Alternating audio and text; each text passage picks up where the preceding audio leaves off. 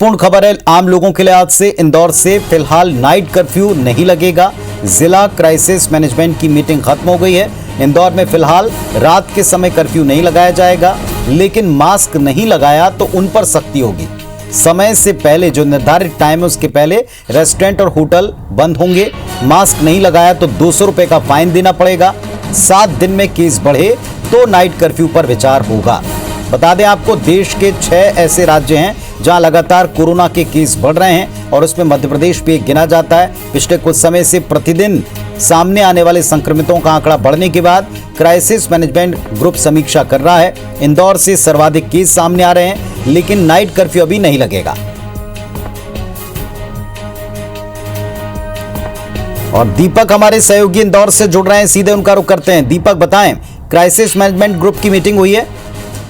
बिल्कुल पुनीत, आज crisis management group की बैठक थी, जिस बैठक में निर्णय लिया गया कि फिलहाल इंदौर में नाइट कर्फ्यू नहीं लगाया जाएगा, लेकिन कोरोना के बढ़ते हुए मामलों को देखते हुए जरूर है कि सख्ती अब बहुत बढ़ाई जाएगी। मास्क को लेकर 200 रुपए का फाइन तय किया गया है और सख्ती के साथ में इसका पालन कराया जाएगा। इसके अलावा धार्मिक आयोजन, राजनीतिक कार्यक्रम, जहां पर भी अब भीड़ एकत्रित नहीं होने दी जाएगी और बहुत जरूरी होगा तो ही कार्यक्रमों को अनुमति दी जाएगी। इसके अलावा जो रेस्टोरेंट है और होटल है, इनके टाइमिंग को भी निर्धारित किया गया है। फिलहाल समय शायद संभवतः 10 बजे बाद सभी रेस्टोरेंट और होटल्स बंद रहेंगे, लेकिन ये सारे जो आज जो बैठक हुई है, इसके जो पॉइंट है वो राज्य शासन को अभी फिलहाल भेजे गए हैं रात में, और राज्य शासन की अनुमति के बाद से कल से इन्हें लागू कर दिया जाएगा।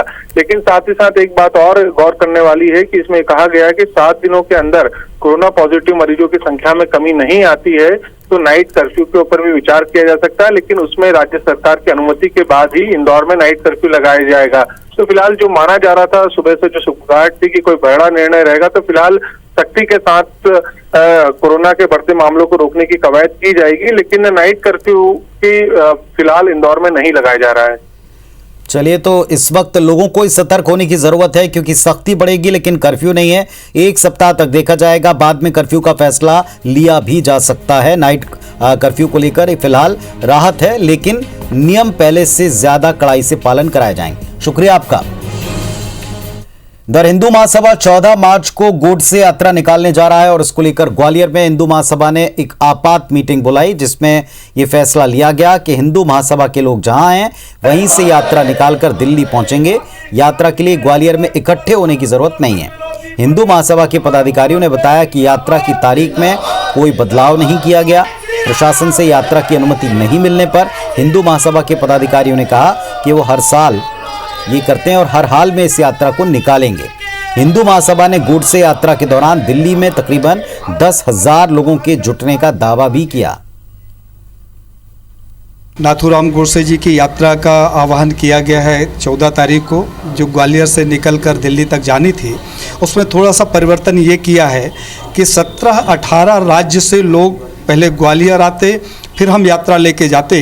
तो अब ये हुआ है कि जो जिस राज्य का है, अपने राज्य से और अपने ज़िले से यात्रा निकालकर वो सीधे दिल्ली जाएं, और यात्रा के समय में और तिथि में किसी भी तरीके का कोई परिवर्तन नहीं किया गया। और हमारे सहयोगी नासिर इस वक्त हमारे साथ ग्वालियर से जुड़े हैं। नासिर, इस पूरे मामले पर प्रशासन की अनुमति के बगैर भी यात्रा निकलेगी, सबको आह्वान कर दिया है, सबको दिल्ली पहुंचने का है, क्या जानकारी? देखिए, जिला प्रशासन से इन्होंने हिंदू महासभा ने, अखिल भारतीय हिंदू महासभा है, उसने अनुमति मांगी थी, लेकिन जिला प्रशासन ने साफ इनकार कर दिया है अनुमति देने से। उन्होंने कहा है कि अगर यात्रा निकलती है तो कहीं ना कहीं लॉ एंड ऑर्डर की स्थिति है वो खराब हो सकती है, इसलिए प्रशासन ने सिरे से इसको खारिज कर दिया। ऐसे में आज एक आपात बैठक हिंदू महासभा ने अपने कार्यालय पर दौलतगंज में बुलाई थी, जिसमें गुजरात से लोग आए थे और दूसरी जगहों से लोग आए थे, लेकिन उसमें ये प्रस्ताव पारित किया गया है, कुछ भी हो जाए उनकी यात्रा निकल के रहेगी। और उन्होंने जो यात्रा का जो समय रखा है, यानी कि 14 मार्च को दोपहर 12 बजे ग्वालियर से यात्रा दिल्ली निकलेगी। लेकिन पहले जो लोग इकट्ठा ग्वालियर में हो रहे थे, अलग अलग देश के हिस्से से, जो प्रांतों से आ रहे थे, जैसा कि उनका दावा था कि 18 राज्यों से 10,000 से ज्यादा लोग हैं वो यहाँ आएंगे ग्वालियर, ग्वालियर से सीधे पैदल पैदल दिल्ली के लिए कूच करेंगे। लेकिन अब उन्होंने जो शेड्यूल है वो बदल दिया है। ग्वालियर के जो मध्य प्रदेश के जो कार्यकर्ता रहेंगे वो ग्वालियर में जुटेंगे, और उसके बाद जैसे ही वो उत्तर प्रदेश पहुंचेंगे, उत्तर प्रदेश की सीमा यानी कि आगरा पहुंचेंगे तो आगरा के लोग रहेंगे, राजस्थान पहुंचेंगे तो राजस्थान के लोग रहेंगे, रहेंगे, हरियाणा पहुंचेंगे तो हरियाणा के लोग रहेंगे और दिल्ली पहुंचेंगे तो दिल्ली के लोग, यानी कि जिन जिन प्रदेशों से यात्रा घूमती हुई निकलेगी और जो नजदीकी राज्य होंगे वहां से यात्रा में लोग शामिल हो जाएंगे, उनको आने की जरूरत नहीं है। लेकिन उन्होंने साफ कहा कि प्रशासन ने उन्हें भले ही अनुमति नहीं दी, लेकिन वो किसी भी कीमत पर यात्रा को निकालेंगे और उस यात्रा का नाम उन्होंने गोडसे यात्रा दिया है। हालांकि गोडसे यात्रा को लेकर लगातार शुरू से विवाद है और विवाद को लेकर प्रशासन ने शुरुआती दौर में जब ऑनलाइन अप्लाई किया था, अखिल भारतीय हिंदू महासभा ने, जयवीर भारद्वाज है उनके मार्फत ये अप्लाई किया गया था अनुमति के लिए, यात्रा के लिए, तो शुरुआती दौर में उन्होंने खारिज कर दिया था। लेकिन हिंदू महासभा अभी भी उस हट पर कायम है। उसने कहा कि हम रैली जो गोडसे यात्रा है वो निकाल कर ही रहेंगे, चाहे इसके लिए प्रशासन और पुलिस कोई भी उनको रोकने की कोशिश भले ही करे, लेकिन उनका तय समय है 14 मार्च दोपहर 12 बजे वो यात्रा यहां से निकलेगी। तो ऐसे में अब देखना ये वाली बात होगी कि प्रशासन अब उस यात्रा को रोकने के लिए किस तरह की कवायद करता है, क्योंकि हमने देखा था लगभग 3 साल पहले गोडसे की मूर्ति का भी ऐलान किया था कि गोडसे की मूर्ति अब वो अपने कार्यालय में स्थापित करेंगे। प्रशासन ने कहा था कि नहीं कर सकते, हम उनको अनुमति नहीं देंगे, लेकिन बावजूद उसके प्रशासन के अनुमति नहीं मिलने के बाद भी उन्होंने मूर्ति स्थापित की थी और उसके बाद लगभग 5 से 6 दिन ड्रामा चला था। उसके बाद प्रशासन ने आखिर में मूर्ति जब्त की थी, लेकिन उन्होंने जो हिंदू महासभा ने कहा था वो करके दिखा दिया था। तो ऐसे में अब यह देखना होगा कि गोडसे की जो यात्रा है ग्वालियर से दिल्ली जाने वाली है वो जा पाती है नहीं जा पाती है, प्रशासन और पुलिस उसको रोकने में कितने कामयाब हो पाते हैं। चलिए देखना होगा कि क्या वाकई में अपनी बात को पूरा कर पाती है महासभा के सदस्य, क्या उस बात का पालन कर पाते हैं बिना इजाजत के, देखना होगा। शुक्रिया आपका इस पूरी जानकारी के लिए। बैतूल के नया गांव के पास हुए सड़क हादसे में एक गांव के 3 युवकों की मौत हो गई। तीनों टिमरनी गांव के रहने वाले थे जो मुल्ताई की ओर से बैतूल आ रहे थे। तभी नया गांव पंखा के पास तेज रफ्तार वाहन ने उनको टक्कर मार दी। तीनों की मौके पर मौत हो गई। पुलिस इसकी जांच कर रही है। भोपाल में जिला प्रशासन, नगर निगम और पुलिस ने मसूद अली के अवैध निर्माण पर संयुक्त तौर पर कार्रवाई की। टीम ने टीला जमालपुरा इलाके में बने 3 मंजिला अवैध मकान को जमींदोज किया। जहूर पर जुआ, सट्टा, मारपीट और हत्या की कोशिश समेत 41 मामले दर्ज हैं। इंदौर जिले के हिल्स कॉलोनी में अल सुबह 5 से ज्यादा हथियारधारक बदमाशों ने गौरव त्यागी के घर पर धावा बोला और 3000 रुपए कैश समेत सोने चांदी के जेवर लूटकर फरार हो गए। बदमाशों ने घर के 5 सदस्यों के साथ मारपीट की, जिसमें 2 की हालत गंभीर है। पुलिस ने FIR दर्ज कर आरोपियों की तलाश तेज कर दी। ग्वालियर में 3 साल की बच्ची से दुष्कर्म का मामला सामने आया। बच्ची के साथ वारदात को अंजाम देने वाला आरोपी रिश्ते में उसका दूर का मामा लगता है। घर में घुमाने के बहाने बच्ची के साथ हैवानियत की। मां की शिकायत पर पुलिस ने आरोपी को गिरफ्तार कर लिया। राजधानी भोपाल में अचानक मौसम का मिजाज बदल गया। सुबह से हल्की बारिश हुई। दक्षिण पश्चिम मध्य प्रदेश में चक्रवात से अगले 2 दिन मौसम बदलने से तापमान में गिरावट देखने को मिलेगी। चक्रवात के चलते ग्वालियर, चंबल, उज्जैन संभाग के कुछ जिलों में बूंदाबांदी 13 मार्च तक देखने को मिल सकती है। चलिए कुछ अन्य खबरें देखते हैं। भोपाल से खबर है, 3 चरणों में पंचायत चुनाव होगा। 3 चरणों में, बड़ी खबर है, 3 चरणों में पंचायत चुनाव होगा।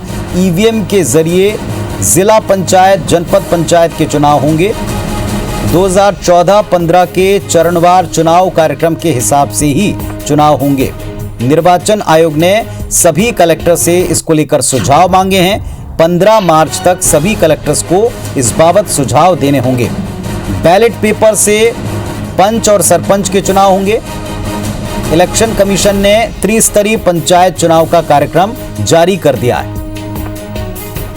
सुधीर दंडोतिया हमारे सहयोगी जुड़ेंगे हमारे साथ। जी सुधीर, बताएं, अपडेट दें।